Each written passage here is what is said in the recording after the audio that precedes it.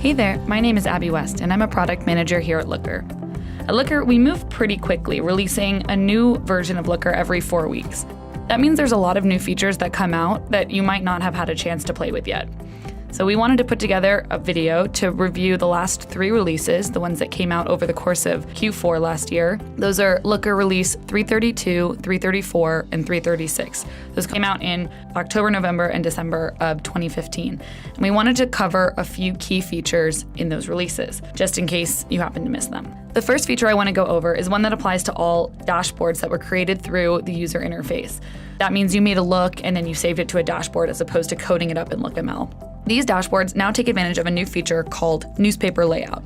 In the old world, dashboard tiles were required to sit all on the same line, and the space between them was divided evenly between the number of elements. You can see rows had different heights, but they're all evenly spaced.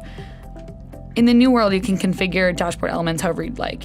You can make them smaller, you can make them larger, you can change their heights, you can change how many are on a line. It's much more configurable to the way that you want to present data for your company. Okay, let's take a look at the new Add Edit Filters modal. It's another new feature on dashboards right now. So when we click into here, we can see an entirely new interface. And we have the ability to toggle between different filters that we've already configured for this dashboard, as well as seeing a different layout for how we configure those filters. So you can see which elements they apply to. You can name the filter, you can select what kind of filter it is. The main difference on this particular filter, when you click into it, it will offer you suggestions from the field that you've specified. Or if you filter by something like a date or a string or number, you can just pass through a default value that will be pre-populated into the elements that it applies to. And if you want to add a new filter, you do that down here. So let's click out of here without saving any changes. We can also see the particular element filters that are applied on a per element basis by going to that elements gear button and hitting the edit applied filters. And here we can see it has both filters applied to it. You can actually toggle and configure those here, although we won't, but you have that opportunity if you want to. Let's actually apply some of these filters here and see how that impacts our dashboard. Before I click run here, I want to point out something that's going to happen. When I click run, you'll see that each individual element will gray out while it's being refreshed with the new filters applied, and it won't come back to being this sort of white, normal looking dashboard element until it's finished grabbing that new information. In addition, the run button is going to turn into a stop button, which we see right here. Okay, now we have all of our new data returned. So one other thing I want to cover quickly while we're on the dashboard still is if we have an embedded dashboard like we do in this case, we have added the opportunity for you to be able to download that entire dashboard as a PDF and also download the particular data from an individual element. Okay, let's dig in now to an individual visualization so we can see some of the changes that have happened to visualizations on the Explore page. The first change that I want to call out is our new color picker and our color palette. So if you go to the style button here, this one has a custom color palette set up. But if we go here, we can toggle between different ones. We could go to pastels, our Santa Cruz color palette. So we can really change how these visualizations look with the click of a button. The other thing that you can do is if you don't really like the first color, you can click around here. You can set this as you see fit. You can click out, it'll save. You can get rid of this entire color scheme if you want to just go to the next one in line. And you can also plug in your hex value if that's preferred.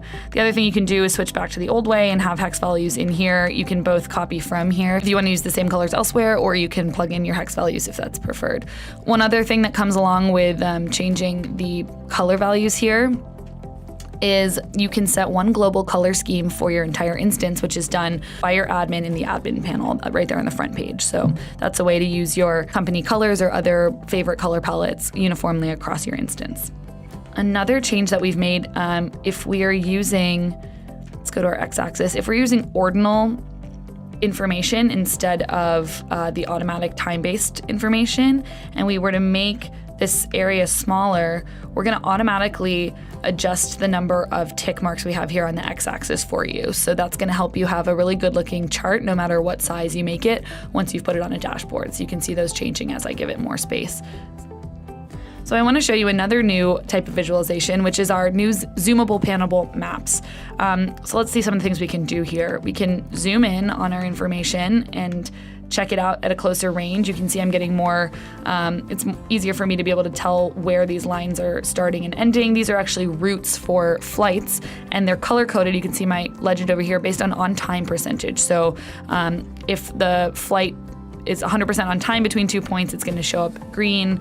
They're going to be yellow if they're kind of in the mid-range, and these lower performing ones are red down here. So you can see San Francisco to Santa Barbara appears to be quite delayed quite often. There's a lot of different configuration options over here, so we can fit our map to data to switch back out, to sort of zoom out and see everything. We can show things in points. We've got an automatic heat map option, which will sort of create boxes of information across your map and reconfigure the map for you. And you can change the colors of your legend, various other configuration options here. So you will need to use location data, latitude and longitude data, and the type location lookml parameter. But once you do that, you've got a lot of configuration options available to you. Let's go back to this chart to show some more new features on the Explore page. One new feature is this ability here to sort by row totals. You'll see I have this row total here, and I'm able to re-sort my entire chart based on a row total, which wasn't possible before. There's also some new changes in table calculations. You can actually sort those as well. And then we've added some new functions in here, including this idea of pivot row, which means you can access an individual row within a pivoted chart, which means you can do things like run aggregates over a pivot row, which didn't used to be possible. So take advantage of that. There's a lot of documentation there on Discourse. Okay, so once I've gotten this chart looking just the way that I want it to, there's a couple new options here in the gear menu here. One quick one that I want to show off. I'm going to save this.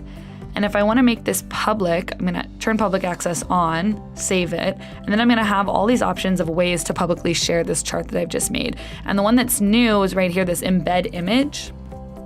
And that allows me to pop this over here in another tab and get a static image of the chart that I just rendered. Here's the static image of the chart that I've rendered. So now this is something that, I could post it on social media, I could share with colleagues in a different format, but different from a normal embedded image, it's not interactive. So if you don't want people to be able to toggle and configure things, or if you don't want them to be able to play with an image, you can now send a static image. Okay, so we'll turn that public access back off, save it, and click out.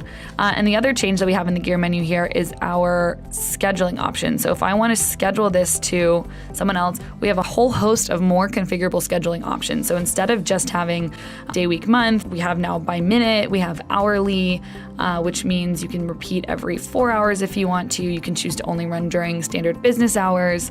And we have all the same configuration options you had before in terms of how you're going to receive the look that you're scheduling. But this idea of having more configurable scheduling was a really popular one that we heard from folks. And we've added a lot of flexibility here in terms of how you're going to receive things. Okay, and those are some of the best new features of Q4, so I hope you enjoyed watching, and if you have any questions about new features or you want to learn more about any of these features, I'd really recommend hopping over to discourse.looker.com. We have our release notes usually pinned at the top, and you can use the search function to search for, any other release notes that you want. You can get a lot of detail here, and each set of release notes is going to link out to more information about each feature. That'll tell you how to use it, what use cases you might want to use it for, and other sorts of information like that. So I really recommend, if you haven't spent a lot of time on Discourse, to head over to discourse.looker.com, learn more, and go from there. Thanks so much.